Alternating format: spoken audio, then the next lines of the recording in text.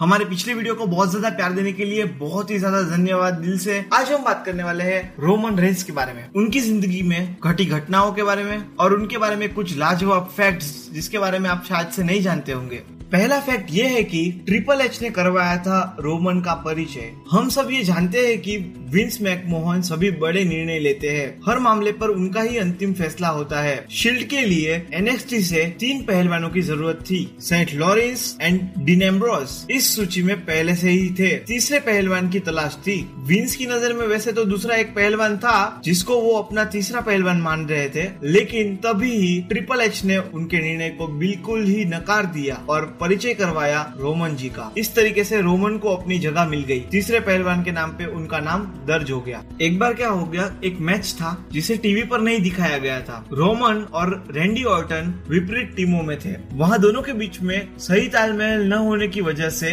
एक दाव सही तरीके से नहीं हो सका। उसके कारण किसी को गंभीरता से चोट लग सकती थी। इसे लेकर उन दोनों के बीच मंच के पीछे शब्दों का युद्ध छिड़ गया। रैंडी ऑर्टन से उलझना रोमन के लिए गंभीर परिणाम हो सकता था, क्योंकि वो इस पेशे में नया था और वो एक दिग्गज के साथ बहस कर रहा था। तो इस तरीके से उनका रैंडी ऑर्टन के साथ में भी एक बार विवाद हो चुका था, जिसके बारे में बहुत ही कम लोगों को पता है। अब जो बात मैं आपको बताने वाला हूँ वो जानकर आपको थोड़ा शॉक लग सकता है। ये जो रोमन भाई है ना, इनको WWE से पहले फुटबॉल में इंटरेस्ट था। वो पेशेवर फुटबॉल खिलाड़ी थे। उन्होंने अपना करियर शुरू कर दिया था फुटबॉल की फील्ड में। लेकिन दिलचस्प बात यह है कि वह एक ऐसे परिवार से आते हैं जिस परिवार का कुश्ती से बहुत पुराना ताल्लुक है, बहुत ही गहरा इतिहास है। वैसे माहौल में पड़े बड़े होने के बावजूद भी उनका मन फुटबॉल में लगा हुआ था। लेकिन उनके कुश्ती में आने से पहले ही WWE की नजर उन पर थी कि भाई आ जाओ यार, खेलो खेलो तुम यार, तुम फाइट करो, ऐसा WWE वाले चाहते थे। और एक फैक्ट ये भी है कि वो इतालवी भी है। रोमन दुनिया में सबसे बड़े कुश्ती परिवारों में से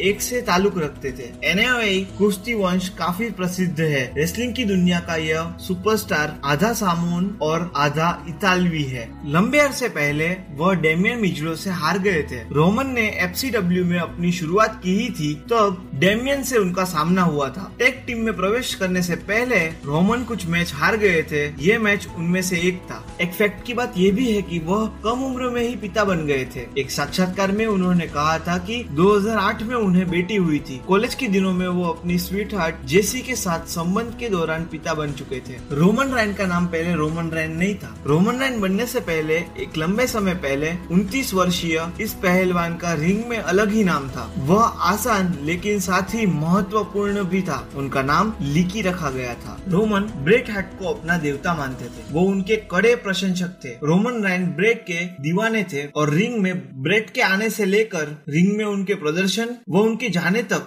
हर चीज उनको भाती थी। तो दोस्तों ये सारे फैक्ट्स थे रोमन रेस के बारे में। नेक्स्ट वीडियो में किस रेसलर के बारे में आप जानना चाहते हैं नीचे कमेंट सेक्शन में जरूर से बताइएगा। चैनल को सब्सक्राइब कर लीजिएगा। मिलता हूँ मैं आपको वापस से किसी एक नए वीडियो में। तब तक के लिए धन्यवाद।